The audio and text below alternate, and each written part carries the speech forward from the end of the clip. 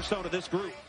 And another one of the great players in the ACC, Justin Champagnie, the sophomore from Brooklyn, back earlier than expected from a knee injury, had 24 points, 16 rebounds in that win over Syracuse on the weekend, and we are underway. Glad you're along with us in what should be a really fun basketball game between the Blue Devils and Pitt.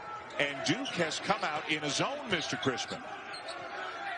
Interestingly enough, it's a zone that Pitt seemed pretty comfortable with against Syracuse. Scored 60-plus points in the second half against Cuse. Xavier Johnson misses the baseline runner, and back come the Blue Devils. A couple of freshmen in the backcourt. Jeremy Roach, number 3. DJ Stewart, number 2. That's Jamin Brakefield, another freshman. So 3 freshmen in the starting lineup for the Blue Devils. Ooh, and then a foul committed by Brakefield. And it's going down hard, hitting the deck. Audice Toney of Pitt. Coach K, who missed a game a couple of weeks ago due to contact tracing, is now back coaching his team.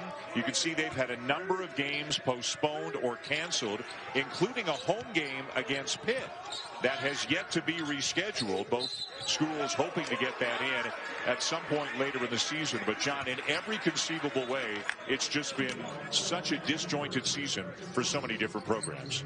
Well, that's the thing. I mean, every coach we talk to, they've each had individual challenges. But when you look at those blue bloods, the Kentuckys, the North Carolinas, the Dukes, they have a lot of young talent. And young talent just takes time. It takes time for them to understand what it takes to win at this level.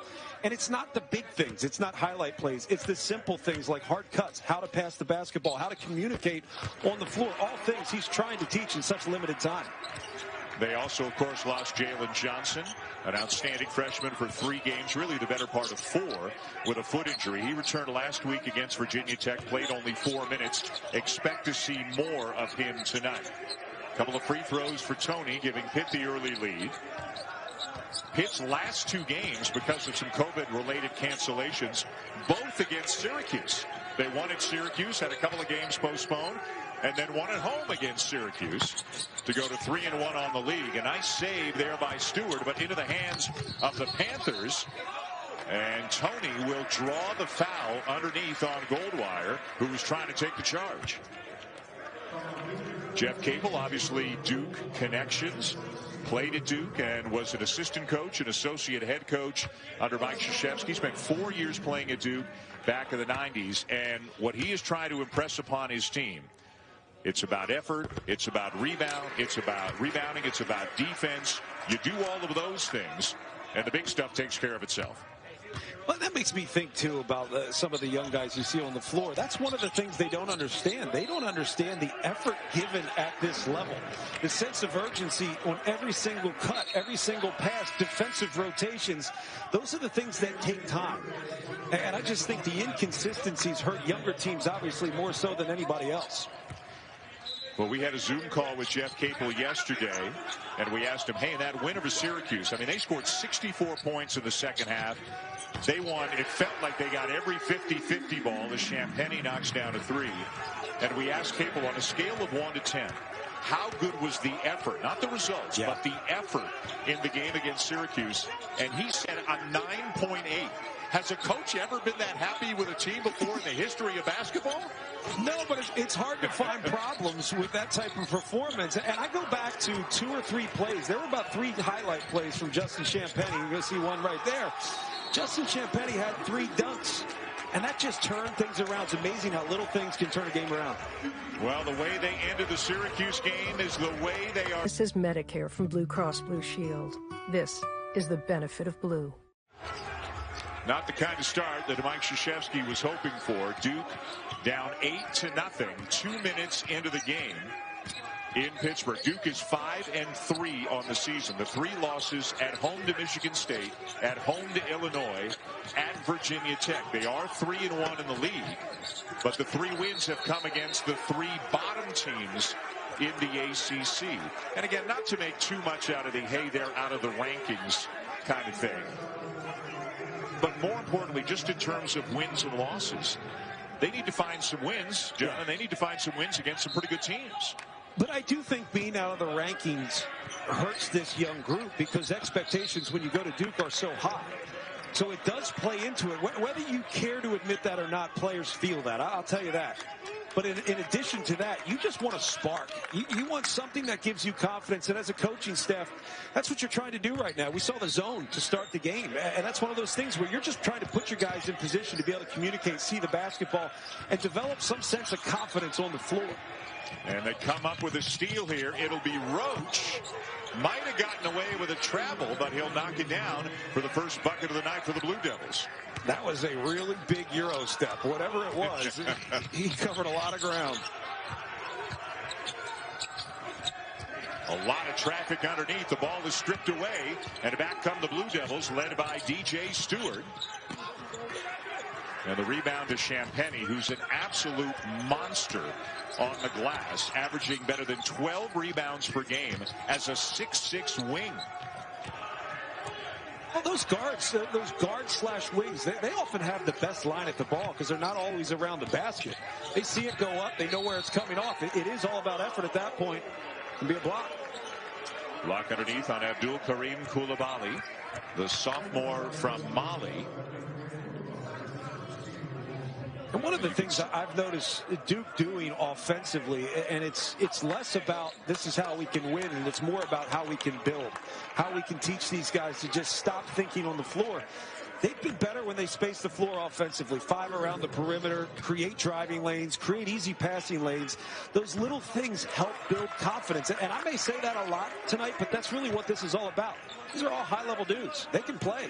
Whether they know that yet at this level or not, that's to be determined. And Mike Krzyzewski saying similar things we've heard from a number of coaches this year. You know, they're trying to do things now in January that in a typical year probably would have been done in November. But you didn't have an exhibition game. You didn't have a scrimmage. You've lost games. Games have been postponed because of COVID. And obviously it's affecting everybody. But again, the younger teams probably more impacted by the craziness of this year than the veteran teams.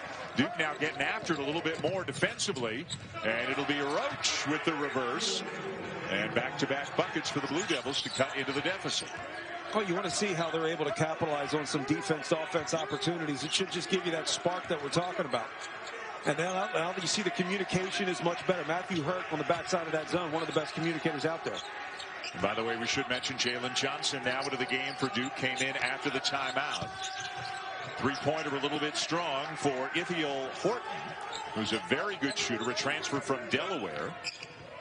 Stewart, nice feed to Johnson, all alone right down the lane. And that's what Coach K's talking about. Let these guys play with instincts. The more they just play off in transition, make drives, find the open man, that's when they're going to start to develop and really develop a feel for this game at this level. Champagny, his second 3 of the game already, came in shooting just 25% from beyond the arc. He's really much more of a force around the basket, but he's showing some skills tonight. But it's a challenge when you're in that zone. You often identify a spot to get to and not identify a threat. Matthew Hurt, who's a terrific three-point shooter, misses that one. 44% on the season. Xavier Johnson somehow completed the play and gave him an assist on the bucket by Champagny. Hey, Champagny, he creates a lot of opportunities with things off the ball, like hard cuts, a physical screen. He gets himself open. He creates a lot for himself without the ball in his hands. They thought he would be out 6 to 8 weeks with a knee injury. He was back in 4 as Stewart knocks down a 3 for Duke. Both Stewart and Roach scoring about 14, 15 points per game their last 5 games. They're getting good offense out of Hurt and those 2 guards. And they've made much better decisions off ball screen situations. That time, just understanding the defense is cheating and going underneath. You've got to take that shot to keep the defense honest. But both of those guys are starting to develop what you need at this level. It's just an understanding of how to play. Duke staying in the zone, and it forces another turnover. But they give it right back. Champagny feeling it from beyond the arc. What a follow by Tony. Can't get it to go down, but it will be Pittsburgh ball. An interesting start to this game. Xavier Johnson knocked down, stumbling, got the pass away. 4 years as a starter with Duke. Of course, his younger brother Jason played at Carolina. A look at Mike Krzyzewski's coaching tree, and not surprisingly, it is extensive and impressive. You got Capel at Pitt, you got Tommy Amaker at Harvard, Quinn Snyder in the NBA, Chris Collins, of course, at Northwestern, Steve Wojciechowski at Marquette, Bobby Hurley at Arizona State, and on you can go. Yeah, it says a lot, too. I talk to a lot of guys in the NBA, and they talk about just how highly they think of Quinn Snyder. I mean, obviously been around the college game, but just the basketball knowledge is there. The NBA is so unique, too. It's you hate to say it's about managing egos, but that's a big part of it. Wendell Moore Jr. in off the bench. Joey Baker as well for Duke. A couple of the more experienced players, given all the freshmen with whom they are playing. Mike Krzyzewski's record against his former assistants, 32-5. Boy, Mike Bray's been, he's got all 5 of them, huh? Yeah. It's funny. It's almost like, look, I'm going to teach you how to be a great coach, just not teach you how to beat me. It's not a bad idea. Yeah. Jeff Capel also coaching at VCU in Oklahoma. Johnson with a long 2, and it's good to bring the Blue Devils back within a deuce. So far, I think the rhythm, the flow back and forth, it's good for this young Duke team. Now, Pitt, at the same time, they're the aggressor. And ultimately, Duke needs to transition from being comfortable with the pace to being the aggressor within the pace. But Pittsburgh just following right up where they left off against Syracuse. Corner 3 for Champagnie, who's already taken 4 threes now in the first 7 minutes, basically, of the game. And again, part of that, I guess, John, is the zone. You sometimes that's where the shots come from, against the zone. But I'm sure if you're Jeff Capel, you're saying, hey, it's great you hit a couple, but go do some work on the inside. That's where you're at your best. Johnson back to Moore for a good look from the corner. And Duke takes the lead after being down 8-0. Yeah, that's good offense on a little defensive breakdown, and it all starts with the drive. If the spacing's there, you're going to be able to drive the basketball. If you drive the basketball, watch what the defense does and make a read. 8-0 run for the Blue Devils to take their first lead of the night. Femi Odekale, a freshman from Brooklyn, into the game now for Pitt. And the 3-ball will go down to put the Panthers back on top. It'll be Nike Sabandi who knocks it down as the lead goes back to Pitt. Yeah, it was interesting to see Duke come out in the zone to start the game. They seem to be pretty comfortable with it, and it's more disruptive than you realize. It disrupts what you want to do. So for Champagnie, he's shooting more threes. They've already disrupted that part of the game for him.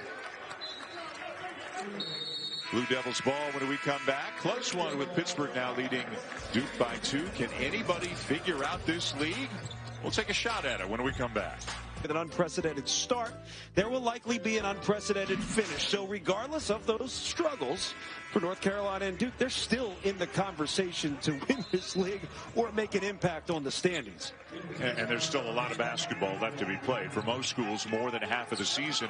We thought we'd throw out some names to about who could win ACC Player of the Year. We've got 2 legitimate candidates in this game. And Matthew Hurt of Duke, Justin Champagnie of Pitt. How about Carlik Jones from Louisville? Yeah. Virginia's on top right now. Sam Hauser got to at least be in the conversation. And Florida State looking really good. M.J. Walker, a terrific player for them. And you know what? If we do this again in a month, John, there could be somebody we're not talking about who could sneak in there. Well, that's the thing. Don't you think it really comes down to who finishes at the top? I mean, that's how it is for me when I think of, Player of the Year in the country.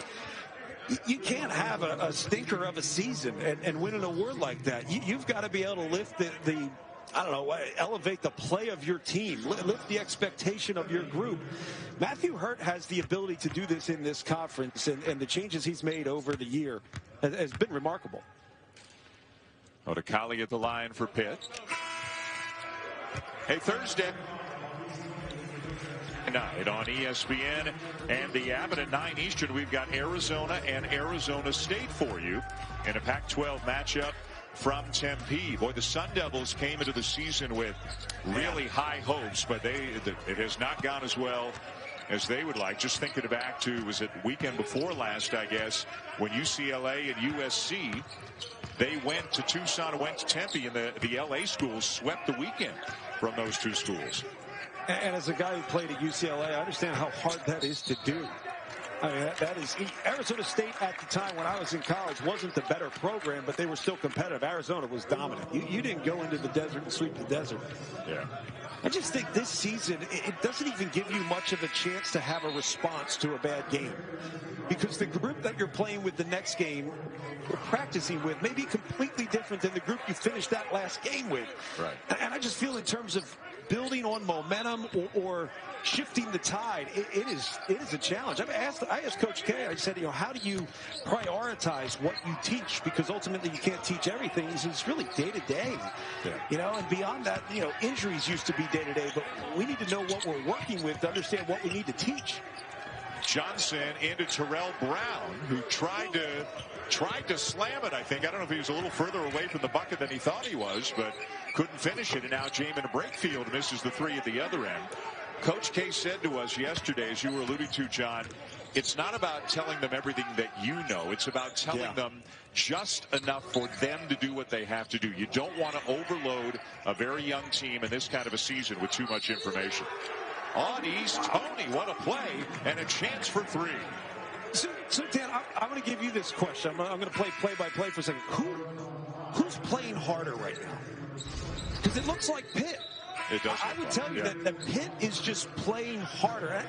I think we overuse this a lot. We say, they play really hard. Everybody plays hard.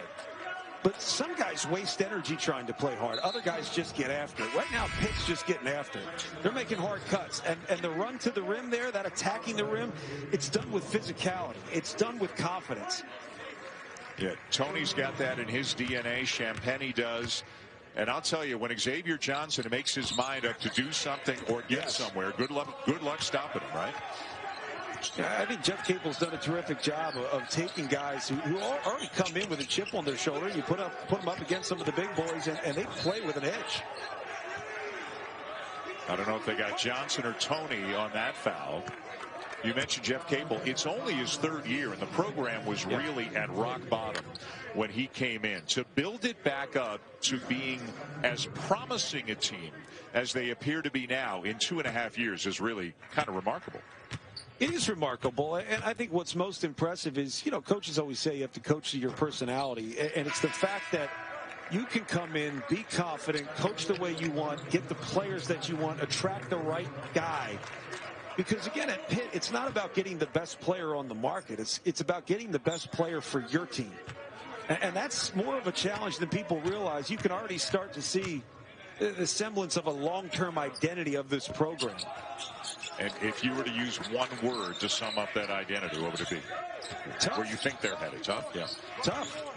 I watch them. They have an edge.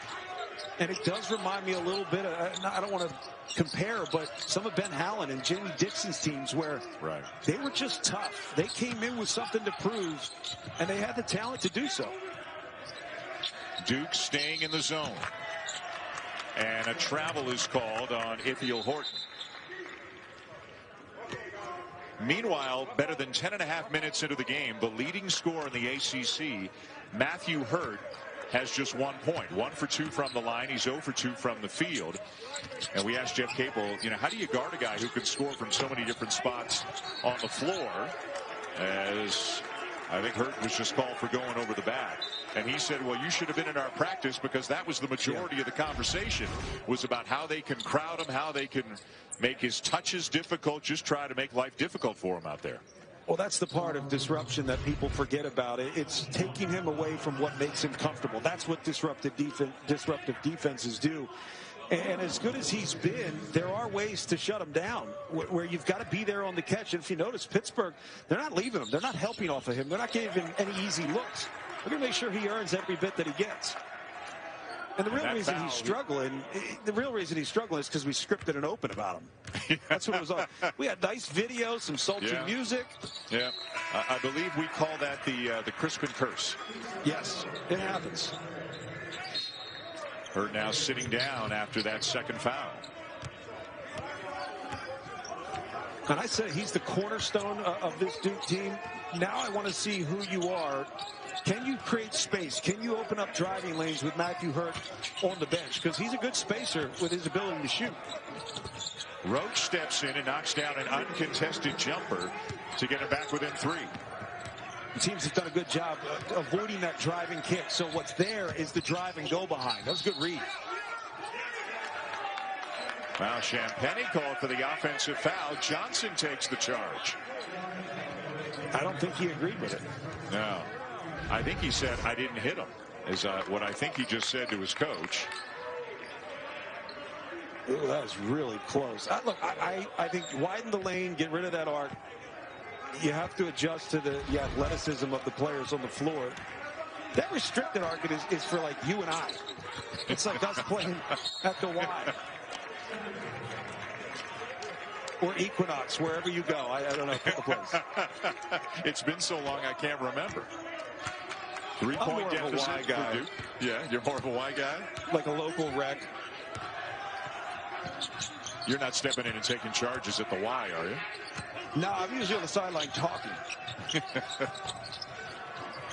Around and out on the 3 for Johnson, and Tony, who's a terrific rebounding guard, is in there mixing it up again, and now he's heading to the line. Well, that's the challenge with the zone. It's also the challenge with switching defenses, especially with a young group. In the zone, you're not matched up to a man. You're identifying that man, but as that shot goes up, he's 5-6 feet away, and he's already got a running start. It's just something that they have to be good about, communicating, and also communicating that a shot went up.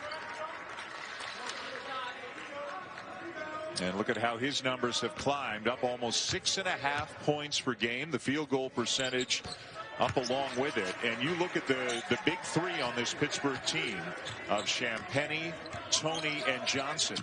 They're averaging, John, 50 points per game between the 3 of them. Yeah, and it's one of those things when you watch, you say, all right, how do you shut them down? Well, it's hard to do so because a lot of them, they're simple effort plays. They create for themselves with their effort and their toughness. What a great feed from Patrick Tapé, the grad transfer from Columbia, who made a terrific feed to the cutting Jalen Johnson for the easy slam.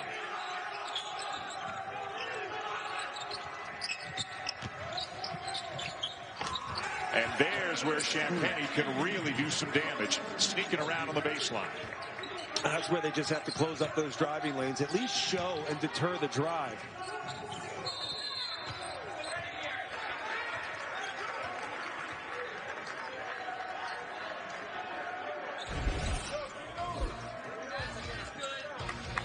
Duke starts. For Seth, Alabama rolling at SEC play. Alabama is 12 for 16 from the three-point line. LSU, by the way, Alabama shoots a lot of threes. That should be somewhere in the scouting report. That game is on ESPN2. Back to Dan and John. All right, Kevin, guys, thank you, man. The Crimson Tide, they are hot right now. Villanova ranked 3rd in the nation. Number 6, Tennessee, got walloped tonight down in Gainesville by the Gators. And then, you know, you try to get away from it, but you just can't. Gonzaga and Baylor the entire season have appeared to be a step ahead of everybody else. And they really are. I mean, you look at that Baylor defense, the way they defend the basketball. They win their individual battles, so that means they don't have to overhelp. You don't overhelp, you get more rebounds. It's the whole thing works for them. Then you add the scoring from the guards. They're terrific. Gonzaga almost invites you every single game to play the way they want you to play and go ahead and be better than them. They let you score. It's just hard to score as much as they do. And I think it leads to some fun basketball. We missed that matchup with them earlier this season, but I have a good feeling that we're going to see that again sometime. I just hope it's really late, maybe April. It would be really late. It would be in April. It wouldn't even be in March if they were to meet. DJ Stewart, the freshman from Chicago, with a 3 to tie it. And then guess who is in the right place again? Justin Champagnie, now with 12 points and 9 rebounds, less than 14 minutes into the game. You know what's amazing about him, John? And recruiting and scouting, it's such an inexact science. He was no 5-star top 25 kid. I went back, I just Googled Champagnie commits to Pitt today to see what comes up. Read a couple of stories. 3-star prospect, ranked around 200th, give or take, in his class. And here he is, one of the best players in the ACC. Well, we've just gotten so enamored with the 5-star kids, and understandably so. There's been some terrific ones. I mean, going back to Anthony Davis and Zion Williamson, R.J. Barrett, all these guys we know about. But the reality is, college basketball is built to develop kids. And this guy, Matthew Hurt, he's struggling tonight. You're seeing the development in his game, but also in his body. His ability to use his body, which is one of the most important things at the next level. Those guys understand how to create space with that strength and ability. I just think we need to get excited about a young guy coming in as a 2-3 star guy and developing into a major player in this conference. I think that's the best thing about college basketball that we don't talk enough about because we get so enamored with stars. Brown kicks it back out. Well, Jim Cable said the kind of guys that he get, they understand it's a multi-year process. He's not getting guys who are looking to go to the NBA after a year. They understand that it's, the journey as much as the destination when you go to Pittsburgh. So there's a lot of buy-in. And that's out of bounds, still Duke ball with Pittsburgh leading by 2. You know what else I look at, too, is one of the toughest things about that is the fact that you have to win every single year. I almost feel like I would never get hired, but I would almost say, like, look, I'm going to win every 2 to 3 years, maybe 4. Because every now and then you lose some guys and you no longer have your core group. I get it. I mean, the young guys need to be developed, but the expectation is you have to have a success every single year, especially at some of these places like a Duke, North Carolina, Kentucky. You do have to get the talent and try to find a way to win. And those 3 programs, all by their incredibly lofty standards, all struggling a little bit right now. Yeah. They've all got the potential to be good teams by the end of the year. I mean, they're good teams now, but again, by their standards, it's just strange seeing Duke, Carolina, and Kentucky, none of them in the top 25. Hey, the 10th annual We Back Pat Week continues Thursday with number 3 UConn in Knoxville to take on the Lady Vols. Tip off at 7 Eastern on ESPN and the app. Dan Shulman, John Crispin, Duke and Pitt tied at 26. Each of these 2 schools 3-1 in the ACC. Duke 5-3 overall, and Pitt 7-2 overall. Each team a little light in the games played department because of COVID protocols. Pitt both within and beyond their program. Duke just outside of their program. I think in terms of games played and how we value that, in terms of the development of the team, how far along they are, if Champagne hits another one, wow. I think we also have to look at good practices. We don't talk about that enough, where it's not just the games that these guys are missing. It's time on the floor, time in the locker room, opportunity to develop that dynamic. It's just not there. Champagne, man. I talked about how he creates.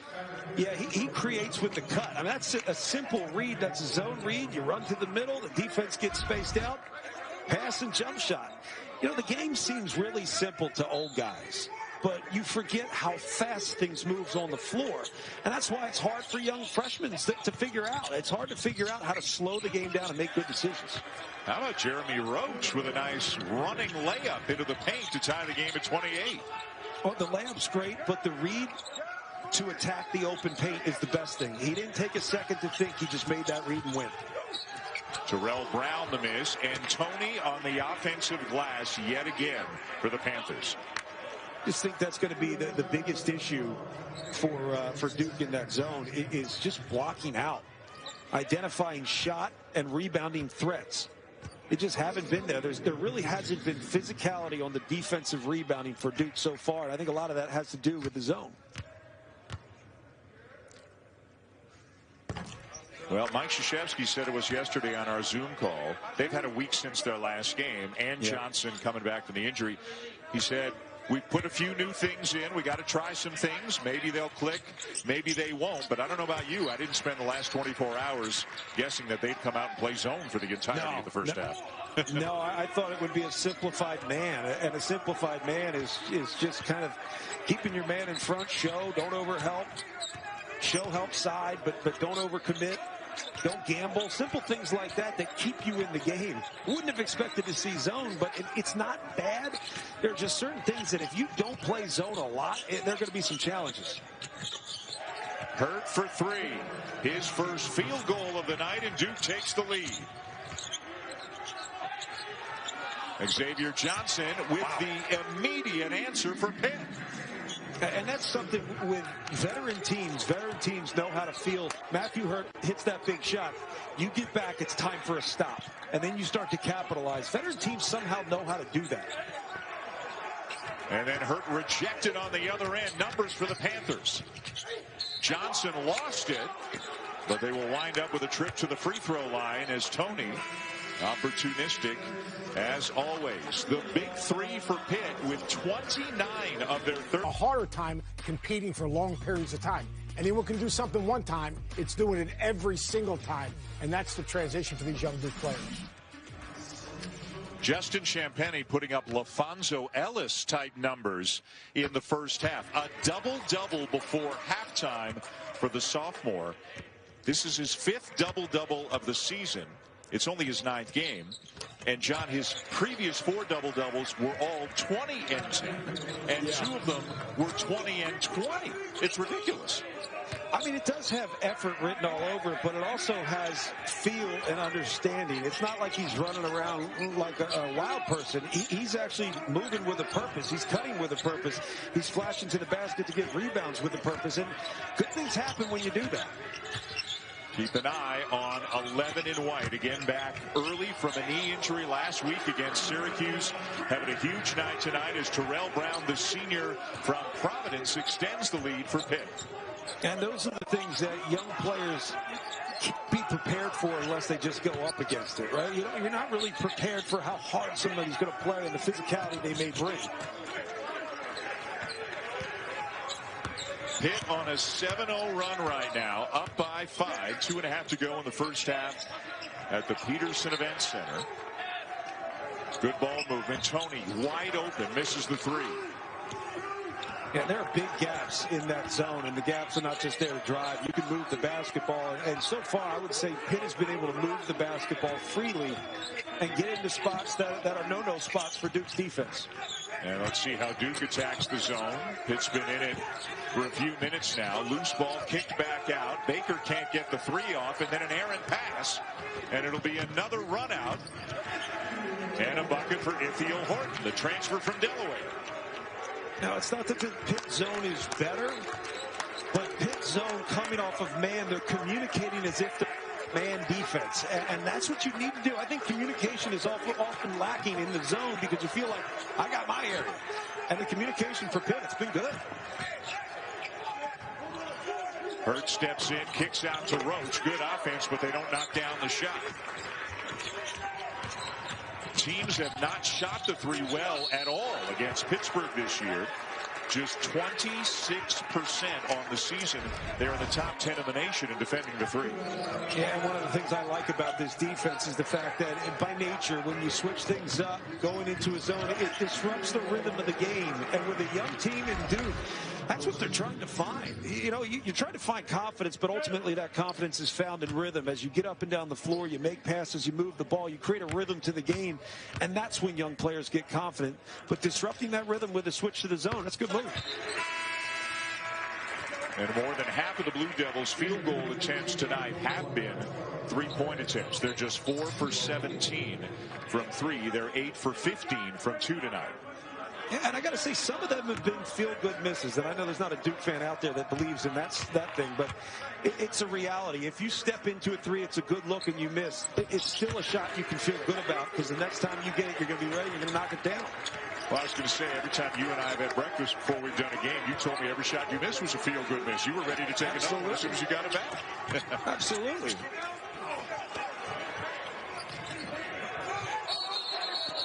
And looks like that'll be basket interference. Yep, and it will.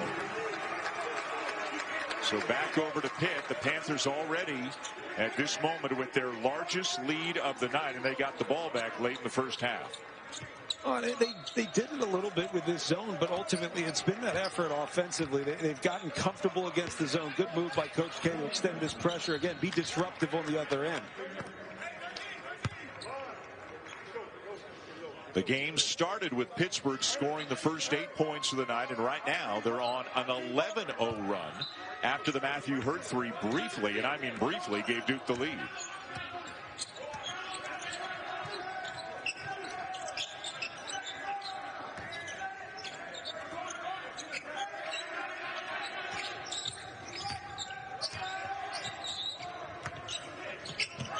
Champagnie for three.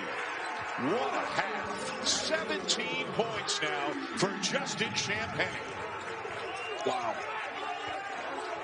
I've got to say, I've just been impressed with this Pitt team, considering what they're coming off of. Yeah, you're going to feel good about how you played against Syracuse, but man, they're just playing at a high level, moving it to where they want and attacking in transition. Just got to clean that up. Boy, great defensive transition there by Jalen Johnson. He sets up Wendell Moore, and he picks up a three, a much-needed bucket for Duke to snap a 14-0 Pittsburgh run. Final seconds of the half. Not there for Tony, but Pitt will still take a 9-point lead into halftime against Duke. Matthew Hurt, the leading scorer in the ACC, held to 4 in the first half. Field goals, I'm thinking that was one of them, but it's this guy's effort that you have to watch. And effort combined with feel and experience, that makes him dangerous. That was our Capital One rewarding performance. Again, a guy back early off a knee injury. Never looked like he missed a beat. 24-16 against Syracuse on Saturday in his return. 17-10 at halftime in this game against Duke. And Pitt, which finished the first half very strong, up 9 going to the second half, and the Blue Devils remain in the zone. And you see Duke trying to find a little something down low with Matthew Hurt, but they have to continue to space the floor. Good second chance opportunity, but Pitt came away with it. Good look for Xavier Johnson. He can't knock it down. Coulibaly working hard, and it's going to count. Abdul Karim Coulibaly, the sophomore from Mali, surrounded on the inside. And just kept kind of wrestling for the ball and trying to find a way to turn around, John, and see the bucket. Yeah, the game of basketball is all about position, and rebounding in particular is all about position. When you win the position battle, you usually win the rebounding war. That's not been the case for Duke. Pitt Panthers have been able to get whatever position they want, particularly when an offensive shot goes up. Jumper won't go down for Wendell Moore. Moore had a 25-point game for Duke against BC a couple of weeks ago in a game they won by 1. So they needed all of that and more, but just 6 points in his last couple of games. And it's been an up and down sophomore season for Wendell Moore Jr., who's late getting into the play. Something looked like may have been wrong with his shoe. He fixed that, and now he's back in there in the front court. Johnson got it back, lays it in. Great work by Jalen Johnson. It's one of the first real breakdowns we've seen defensively for Pitt. They got spaced out, and whatever Duke did, they need to look at that and say, that's the type of space we need to be able to operate with comfort. 12-point lead, Panthers. Horton can't get the shot off. Tony can, and he buries it. On East Tony, the junior from Huntsville, Alabama. It's the largest lead of the night for Pitt. Nearly a steal on the Tony Gamble. Nice cut by Moore, and that should be goaltending. It is. Count the basket. There's something about goaltending that's still a little demoralizing. I always like it when guys just take it off the backboard like that. And that's just great. That's great movement, man. And what you notice in that play is that his head's up the entire time. Horton didn't get the shot, but his head was up, and he's reading the defense, kind of doing the Peyton Manning. He's going to throw it to the open spot and hope someone's there. Coulibaly from the elbow knocks it down. How about Coulibaly here in the second half with 5 quick ones? Well, in that sense, guards have to at least be present. I know they vacated, they went out and took the perimeter, but you have to be present in the sense that you've got to get that ball out of that weak spot in the zone, not allow him to square up a jumper. I think he heard all of that big 3 talk that I've been doing tonight. He's had enough of that. He wants in on that action. Stewart for Duke. Too strong, and Tony another rebound. That's his 8th rebound of the night. Johnson tried to thread the needle, couldn't do it. Jalen Johnson behind the back, 4-on-1, and Moore with another bucket. And Jalen Johnson's a guy that can change this team because he can handle the basketball. He rebounds well, has great length. The more he gets defensive rebounds and leads the break, the more good things are going to happen for Duke in transition. And in transition, that's where the young talent seems to thrive the most. Horton, no. And Tony had it but lost it. You could see the frustration. He knew he had an easy 2 points if he could have corralled that. Good defense by Champagny, keeping Roach off the baseline. Now Roach for three. We are one Tony rebound away from two different Panthers already having a double-double in this game, and Champagny just beat everybody down the floor.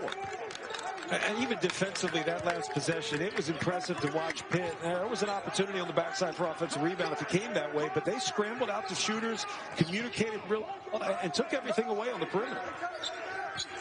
15-point lead for the Panthers, and a foul on Johnson. And officials getting in there to make sure that nothing develops out of this. Every time there's a little altercation, you hear like 50 officials' whistles. It sounds like one of the Pinkertons. Is that right? Is that is that a real thing, or am I making that up? I don't know. What are the cops in London? They have the whistle. You said and then what they do, and there's a problem, they all blow their whistle. And that's what I think of every time. I don't know. Again, the Bobbits. Is that right? You're one of these stream of consciousness guys, aren't you? That happens. It happens. That's all good. All right. Isn't it interesting, though, whether it's whistles or coaches or everybody yelling and one all the time, how much you can hear this year with nobody in the gym? I've thought about coaches with the masks. That certainly helps them. But, man, players, a block shot, you hear exactly what they're saying. Timeout on the floor. We're going to come back and take a look at John Chris. Terrific. Hard to imagine somebody of that caliber not being able to win this award. But Luka Garza's there. Where it gets interesting is Zegarowski and Marcus Carr. I think Jared Butler proved that he belongs in this conversation. But Marcus Zegarowski and Marcus Carr, to me, are two of the most important guys for their team. And they're high-level teams that could make a late-season run. And I feel like the teams that continue to play late into March, those are the guys I think highly of the most. So if I offer you Garza or the field, you take Garza?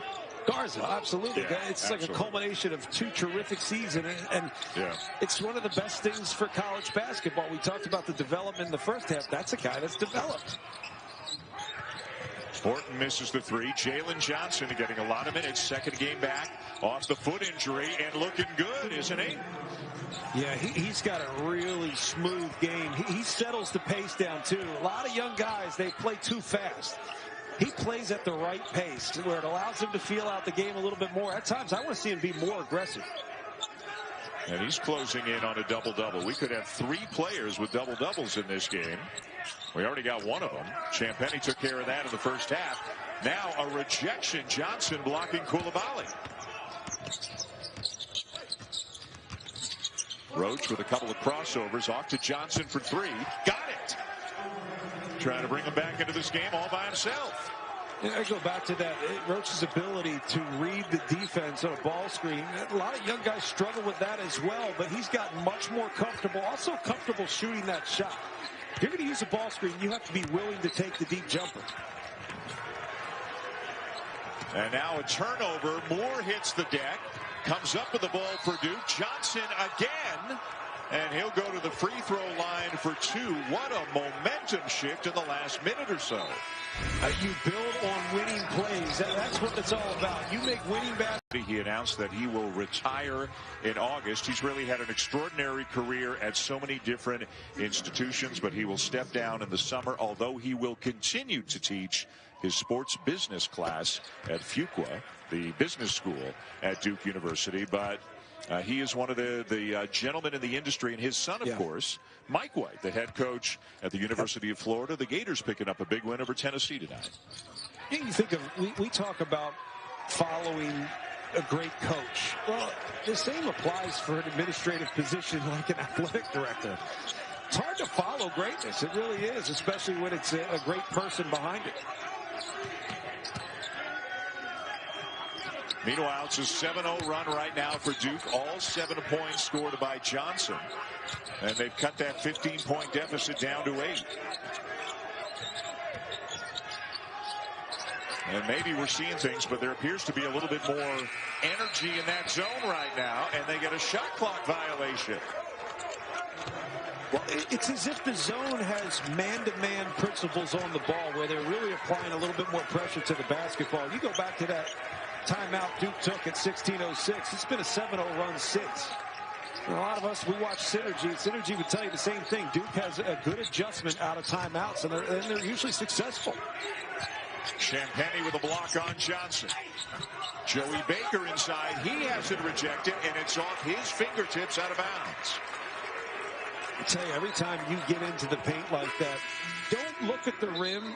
Just try to look behind you, and you'll notice that there are 3 or 4 defenders that are going to swat that thing out of bounds. So you have to look at where the defense is, where your open man is going to be. Baseline might have been open. Little weave up top against the zone by Pitt. Where will the shots come from right now? Koulibaly spins by Tape, and he has it blocked. No, it's a foul call. A foul is called, and he'll be headed to the free throw line. A huge sports lineup coming your way this weekend. Our NBA Friday doubleheader kicks off with the Celtics and the Sixers Saturday afternoon. You can see these Blue Devils again. They'll be at Louisville for Saturday prime time at 4 o'clock Eastern time, and Saturday night on ESPN Plus, UFC 257, Conor McGregor and Dustin Poirier in the main event. Do you remember when Celtics-Sixers was a big rivalry? Absolutely. I'm older than you are. Yeah, no. I'm not saying it like I remember. I just know of it because I'm in the Philly suburbs. Oh, absolutely. I mean, the Celtics, of course, had, the great teams with Bird, McHale, and Pears, but I mean, the 76ers were rolling out Dawkins and Julius Erving and Mo Cheeks and Andrew Toney, and I know I'm forgetting some guys, but they were phenomenal teams in their own right. Those were just different times in the league. We like to do that comparison thing, like the Jordan, LeBron. You can't compare players from different eras because the game was so different. It got kind of rough back in those days at times, didn't it? Yeah. All the way up until the mid to late 90s, and then they realized that players have more value than pride, and we better protect that.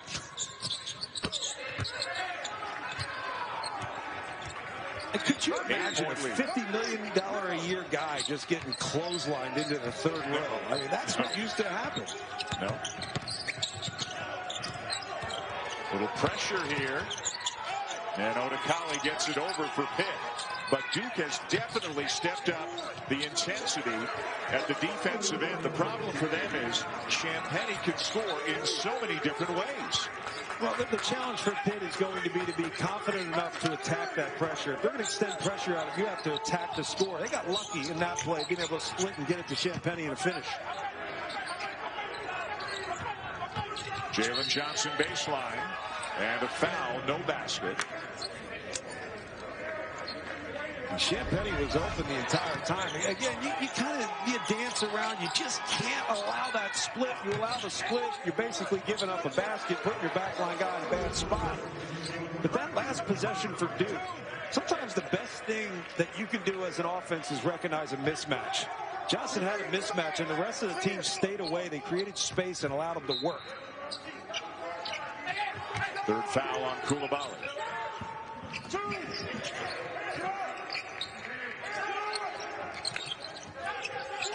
Moore for three. Yes. Simple ball fake, Dan. That's all it was. Just a simple pass fake. Got him enough room to step into that shot. And Duke has got it down to 7. Can they get stops at this end?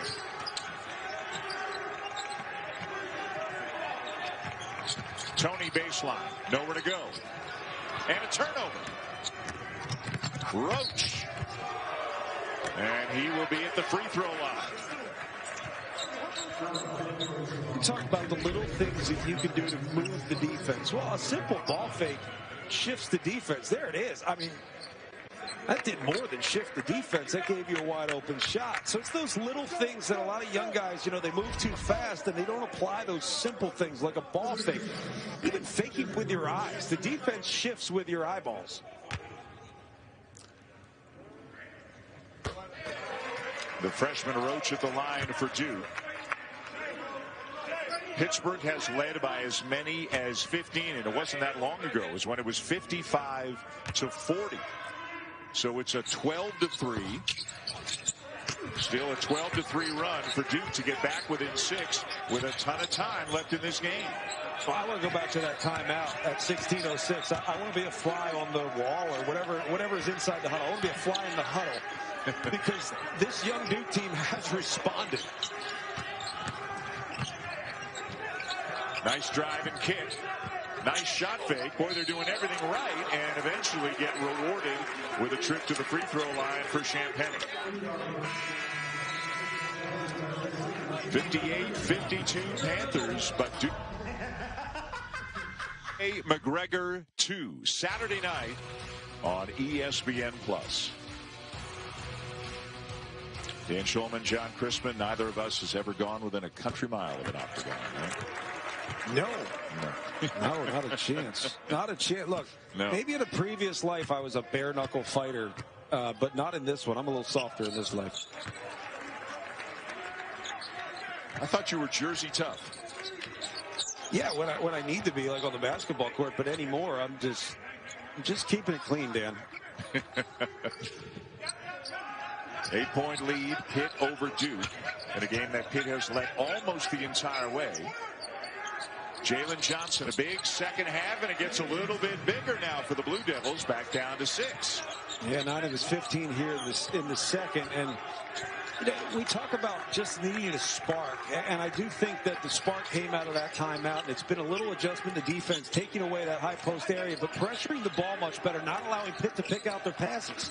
God, that was a lot of P's, wasn't it? Champagny, 16-footer, and he continues to add to a huge night.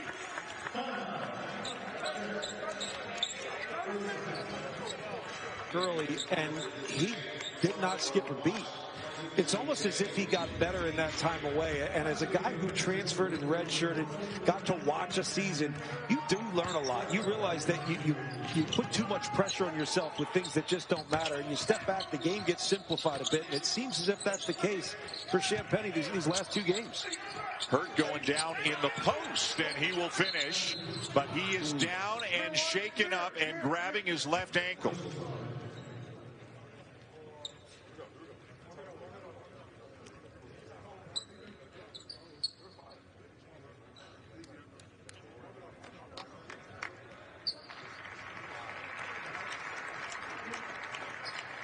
Now, the good news is he got back up rather quickly. Laces untied, and he's going to tighten that shoe. Let's get another look. Keep an eye on the left ankle as he comes down right there. Ooh. Oh. Jeez. It's amazing when they look that, they look that bad, and it's like, hey, walk it off. You know, as you know very well, it's a funny thing. It's hard to tell. He might walk it off and come back into the game, but sometimes you can badly sprain an ankle. It can cost you a few weeks. There's no way to know. Yeah, and sometimes it's when it really starts to swell that you lose mobility and it becomes a problem. But in the moment with adrenaline and everything else, you might be able to walk it off. But we're going to have to keep an eye on that when he comes back in, if he comes back in. Duke turns it over. Xavier Johnson, a 3-year starter, back to Champagny. His 4th 3 of the game. He's up to 28 points on the night. Well, you and I were talking about that at the break, just saying that's the one area that he's got to develop. You need to be a knockdown shooter because then it leads to long closeouts. Long, hard closeouts leads to drives and more opportunities, not only for yourself, but for others. And now guarding Jalen Johnson at this end. Through his fingertips, but Koulibaly wraps it up for Pitt. They get a chance to extend it back out to a double-digit lead. It's pretty good for Champagny when you're both a star on the team, but also a dude. And I think you know what I'm talking about in terms of a dude. He just goes out and balls. Yep. Yeah, if he's out there, you know it. He is in the mix. He's feeling it from beyond the arc. Not this time. Ball still loose. Saved by Stewart. Moore. Tape getting some minutes tonight. Can't finish. Got it back. And will be at the free throw line. A great effort by the grad transfer, Patrick Tape. I love trail threes. When you have a big who can trail and step into a shot, that is just so dangerous because all the defense in transition is rotating back to protect the basket. You're identifying risks around the rim and on the opposite side on the perimeter, and you often lose that trailer. Being able to step into that shot is a game changer.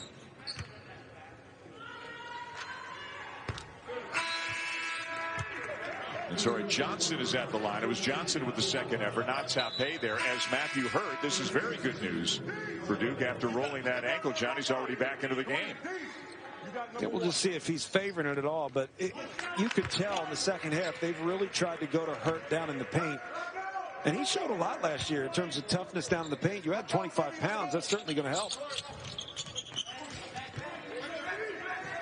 A rebound for Tony. That is his 10. So give him a double-double. Now 15 and 10 on the night.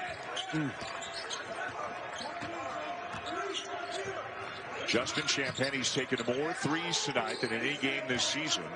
He is 4 for 7 from beyond the arc. A game-high 28 points. And now they forget about Tony on the weak side, but what a recovery by Johnson. Stewart wide open.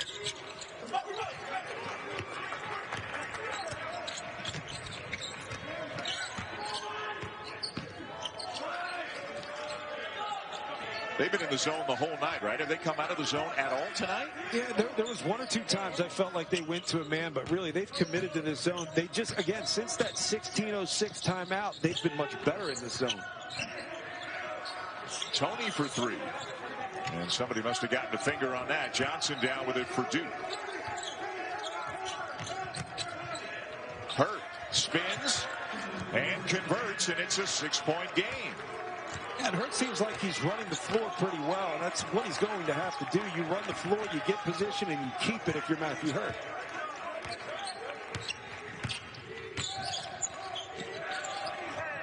Odekale into Tony, and a foul by Johnson. It's a 6-point game with 7.5 to go. Hurt leaving with what looked hard to do when so much is going on, but there's nothing wrong with celebrating what has been achieved through Martin Luther King and then saying, now what? And continuing the progress. Yeah, and that's what these players are fighting for.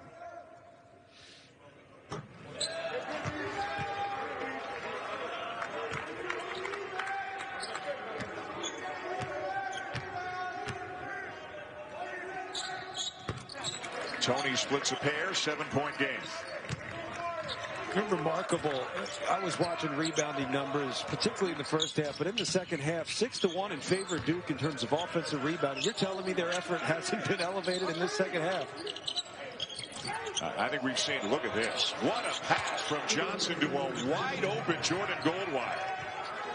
But what was remarkable there was the attention that Johnson drew with the ball in a place that really he wasn't that much of a threat. He was more of a threat to pass, yet draws so much attention with his ability to move it and shoot it and drive it. Now remember, he missed 3 games and almost all of the fourth. He only played 4 minutes in the loss last week at Virginia Tech. They are clearly a significantly better team when Jalen Johnson is healthy and playing like he is tonight. Well, he just attracts attention. I mean, you see, everybody's watching the basketball. You watch the basketball, A good hard cut gets you wide open, and that's kind of what you'd expect. Zach Goldwire, if I can see that right, yeah, that's what you expect from an experienced guy. Again, one of those guys that needed to be developed, but when he got developed, Jordan Goldwire is a key asset to this team. Look at the night for Johnson. 19 points, 13 rebounds, and 6 assists already with still almost 7 minutes to go. And that is an over and back. And Pittsburgh gives it back to Duke. Duke has really responded. And I think that's the thing that you want to build on. Out of a timeout, Duke seems to have success. Well, why is that? Clearly it's coaching, it's motivation, all of those things. But Duke has matched not only the toughness and the physicality of Pitt in that first half, they've really matched the effort. And there is no toughness without effort, so you have to give credit to Duke on that. And now, can't you flip it and say, hey, let's see how Pittsburgh responds, right? Even they're the older team than Duke. It's their time now to respond because momentum continues to shift in the Blue Devils' favor. And had that shot gone down, it would have been a 2-point game. Well, in some ways, the Dukes was an adjustment, and Pitt now has to have the response. Or is that semantics? No, I think that's fair. You understand what I'm saying? Yeah. Duke made an adjustment in terms of the way they were defending. They were pressuring the ball much more, taking that foul line area away against that zone. They're also getting after it on the glass. And now it's up to Pitt to respond to that elevated, intensity from Duke.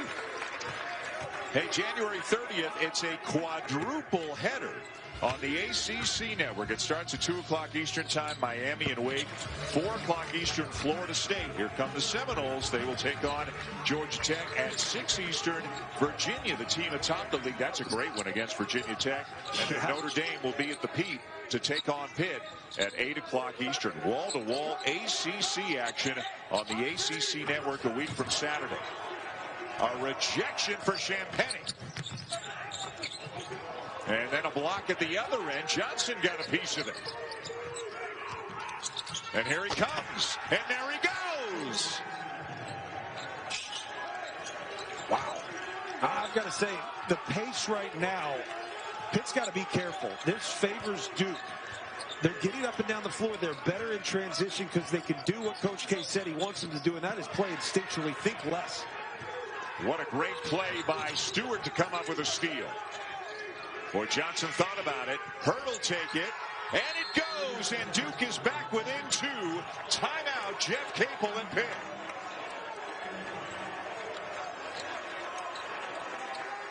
Jalen, who appears to be all the way back, John, from that foot injury.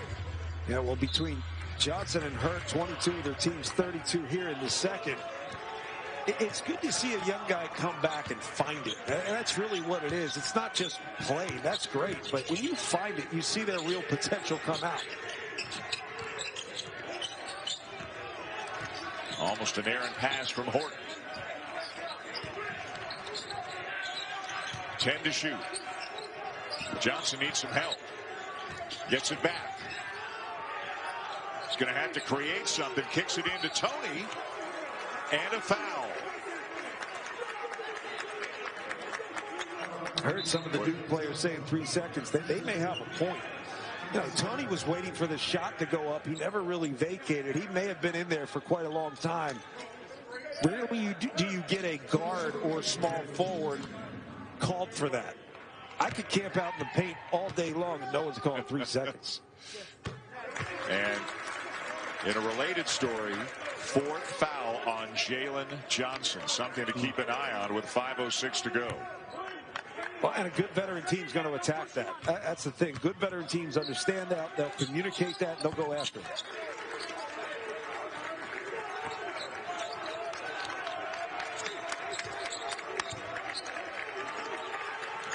These are the kinds of games where you learn a lot about a young team. Duke's got 3 freshmen and 2 sophomores in the game.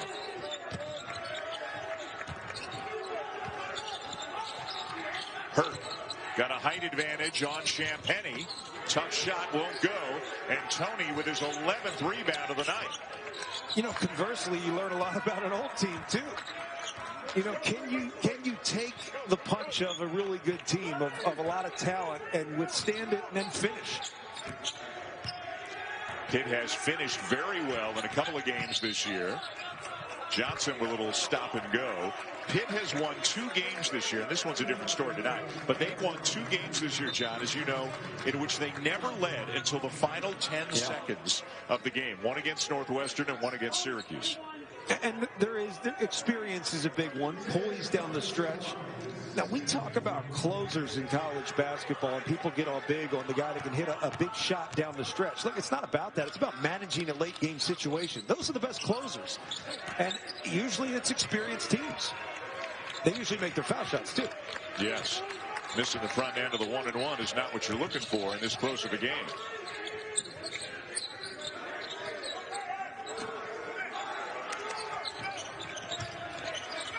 Johnson surrounded, and a foul committed by Tony. That'll send Johnson to the free throw line. Yeah, you've got to be smarter in that situation. Johnson's got 4 fouls. He's going against the smaller defender. What happens a lot for young guys who are bigger going against a smaller defender is a charge. You have to give your defender a chance to get him out of the game.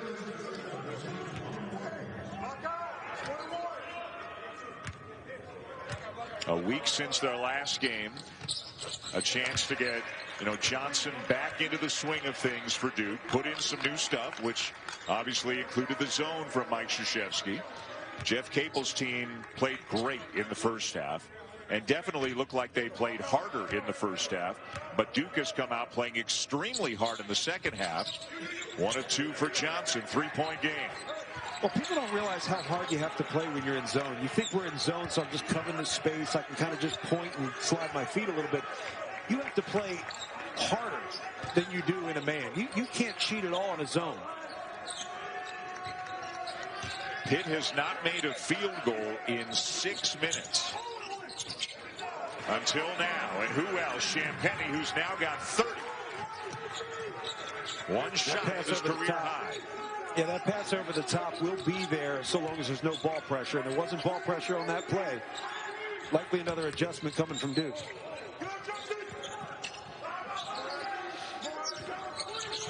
Moore the drive and the kick. Johnson for 3.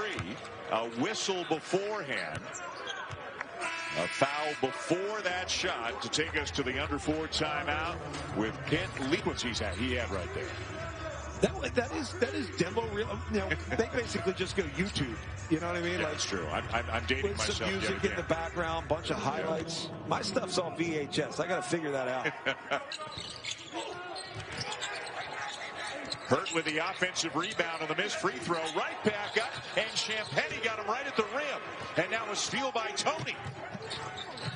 And a block at the other end by Moore.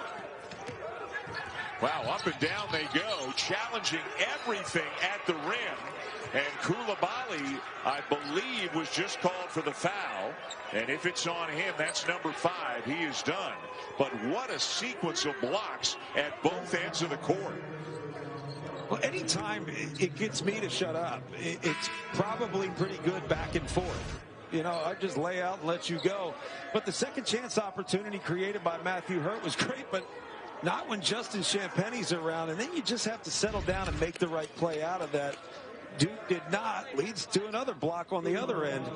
I do think that up and down favors Duke, particularly down the stretch and them being down 5 points. Now Coulibaly out with those 5 fouls. We'll see how physical Duke can be down the stretch. We are seeing some incredible individual performances tonight. Jalen Johnson with 22 points, 15 rebounds, 7 assists. Justin Champagny with 30 points, 12 rebounds, and 5 blocks. Holy cow. Yeah, Jalen Johnson's just scratching the surface. I think it's pretty obvious his potential. But you've got to get comfortable with doing a lot of little things well if you want to succeed. And that was Zion Williamson. You hate to continue to bring him up, but he did all little things. He did a lot of the intangible things well, and the rest of the game kind of fell into his lap. Boy, Duke's been clawing their way back into it after trailing by as many as 15. Have not taken the lead at any point here in the second half. Last held the lead in the last minute of the first half. And still, relatively speaking, a ton of time left in this game. Xavier Johnson with a miss. Jalen Johnson with another rebound. And here come the Blue Devils.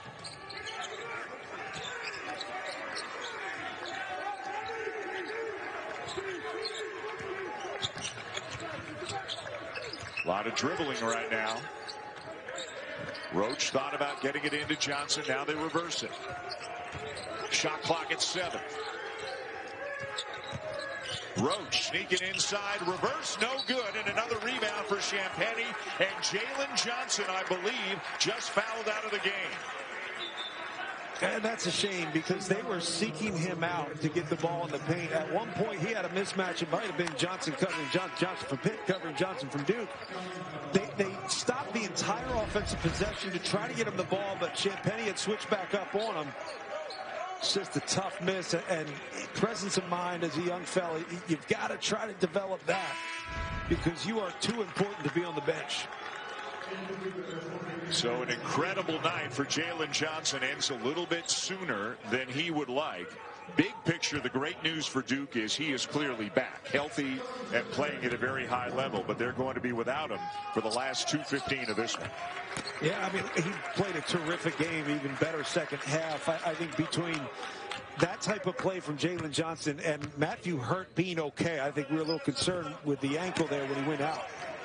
Good to see that he's okay. Those two in the front court with that versatility could be dangerous.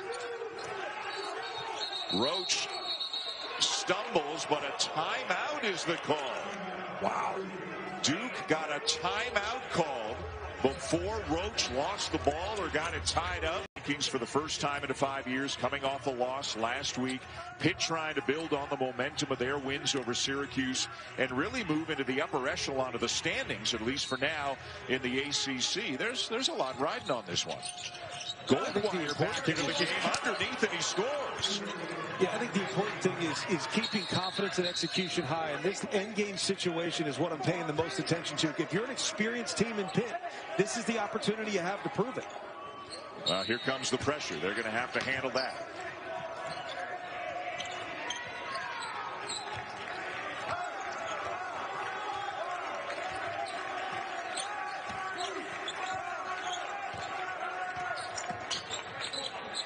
Champagny guarded by Hurt out on the perimeter.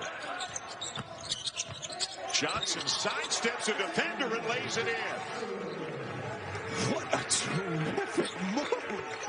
I got to see that was in slow motion. Oh, that was already. Somebody needs to kick the ball out of bounds so we can see it again. Yeah, he was there, and then he was somewhere else. 4-point game. Hurt over Champagny.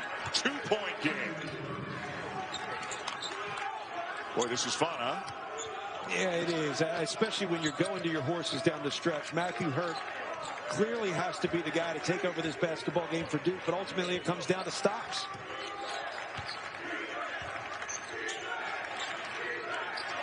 Now Champagny with more on him. The cut by Tony for the slam to make it a 4-point game. What a huge bucket. Great execution there by the Panthers. Stewart. Goldwire thought about the three. Roach for three. And ripping down the rebound is the freshman, Otakawa.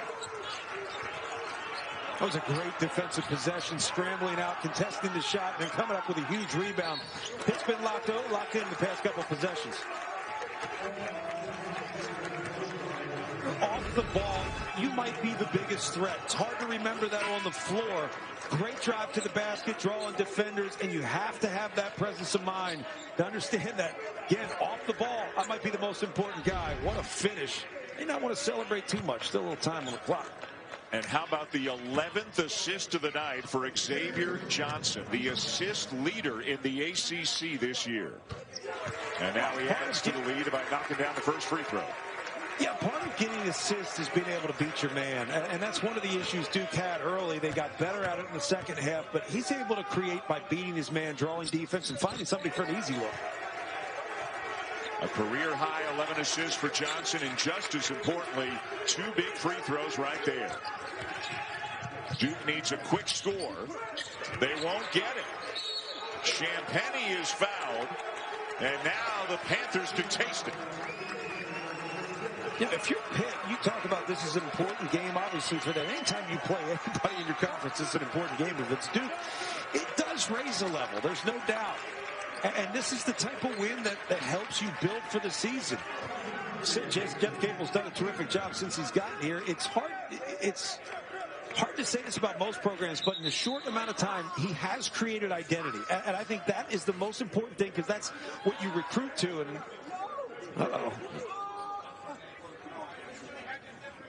Audice Tony down on the floor, and hopefully just a cramp.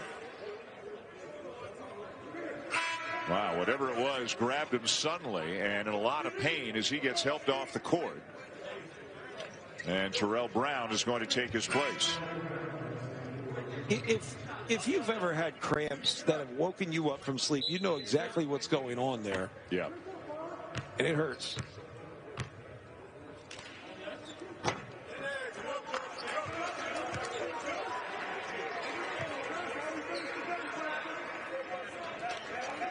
Tony's played every minute of the game, so that might have something to do with it. And has played incredibly hard. Yes. Well, Champagnie can't knock down either. It would have been a new career high for him if he knocked down either one of them. And one more foul. This time they'll send Odekale to the line with just 9 seconds to go. But what an incredible night for the sophomore Justin Champagnie in so many different respects, John. Yeah, hard to say just incredible night because of what he did coming back against Syracuse. I mean, terrific performance, and then you cap that off against Duke with 30-plus points. I mean, that is a remarkable way to respond to your own success. And we talk about responding to somebody's adjustment or responding to failure. What about responding to success? Sometimes we don't handle success well. Good for him, back in that good performance up against Syracuse with this tonight. A win for Pitt. They go to 4-1 in the ACC. What an incredible night, as you can see, for Champagnie. Boy, they keep missing free throws. It's not going to matter in the end result, but Baker misses the three, and that is going to do it. Duke made a hard charge in the second half, but Champagnie and Pitt held them off and pick up a 6-point